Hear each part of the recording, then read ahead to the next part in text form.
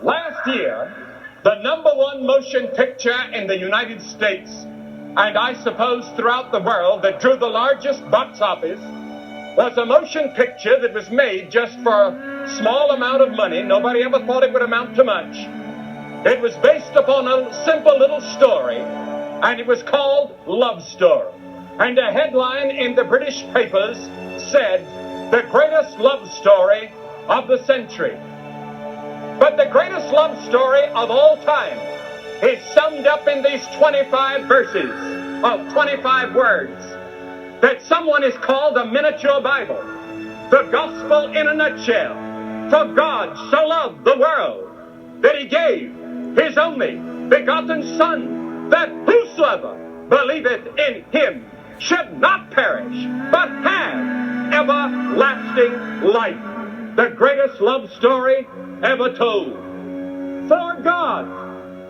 Do you ever stop and think about God? Many people are thinking about God today because we've seen that science does not have an answer to all of our problems. We are seeing that technology cannot solve all of our problems. And so thousands of young people in Europe and in America are beginning to talk about God.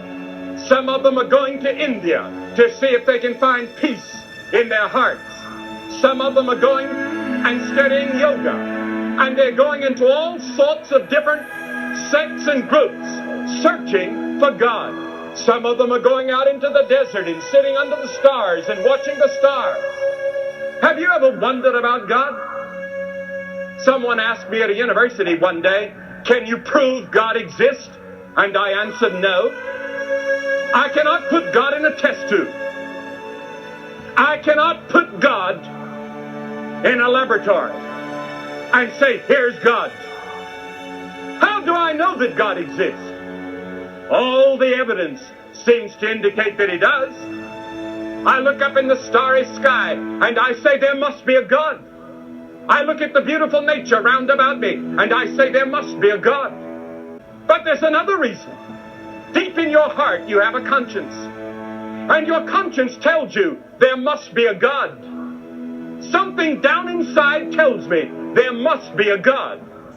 Now, the amazing thing about the human conscience is this: that even if you don't believe what I'm saying, you believe what I'm saying.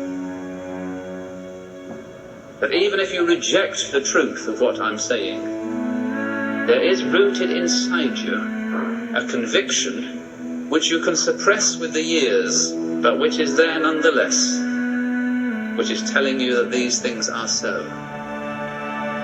And this truth is the truth which the Scripture will not let us forget.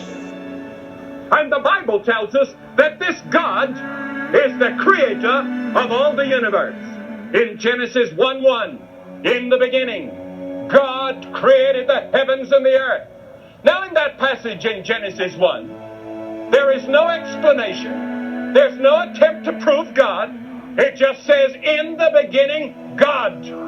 Because everybody believes in God. Oh, but you say, I've met some atheists. You met some atheists that hadn't had any real trouble yet. But you find a person who claims he's an atheist and let someone announce to him that he has terminal, and he'll say, my God, help me. Or he get into a battle or get into a difficult spot, he'll say, my God, help me. Yes, all men know that there must be a God. He is the creator. By the word of the Lord were the heavens made. Now the Bible tells us God is a spirit. God doesn't have a body like yours. If God had a body like yours, he would have to be in one place at one time. But God doesn't have a body like yours. God is a spirit. And God can be in Africa, he can be in Asia, he can be in Europe, he can be in America, all at the same time. He can be on a planet, he can be on the moon at the same time. I've talked to some of those astronauts that went to the moon, and they told me that they knew as they went around the moon, there must be a God. I talked to some of the prisoners of war from Vietnam.